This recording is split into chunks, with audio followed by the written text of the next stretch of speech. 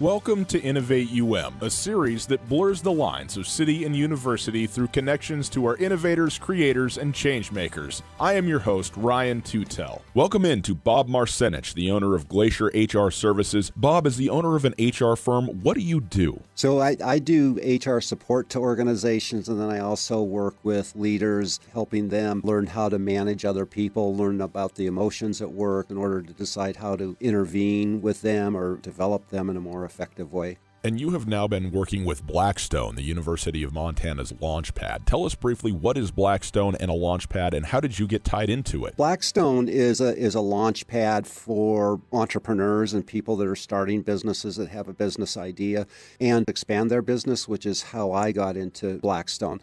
As a UM grad, I have access to Blackstone's services, and I'm utilizing them to help me figure out my value proposition for putting my 30 years of content on the internet. But then I'm also using them, or they're using me. It's kind of a joint thing in my consulting as an HR expert and helping young entrepreneurs to make sure they don't make any mistakes. What has Blackstone done for you specifically to help Glacier HR Services expand? Probably a really good example there is when I met with Paul Glenn, the CEO of Blackstone. I was telling him about my products and services and all of that. And the phrase that he used back to me is, well, we take an approach where build it and they will come doesn't work. So what I'm working on is working with my customers to identify my value proposition and whether they're even interested in the products that I want to develop. So then moving in and marketing, I know that I already have a customer base that is willing to buy these products and services. Bob Marsenich. Bob, thank you so much. You're welcome. Thanks, Ryan. The innovateUM series is brought to you by Scott Wittenberg, Vice President for Research and Creative Scholarship,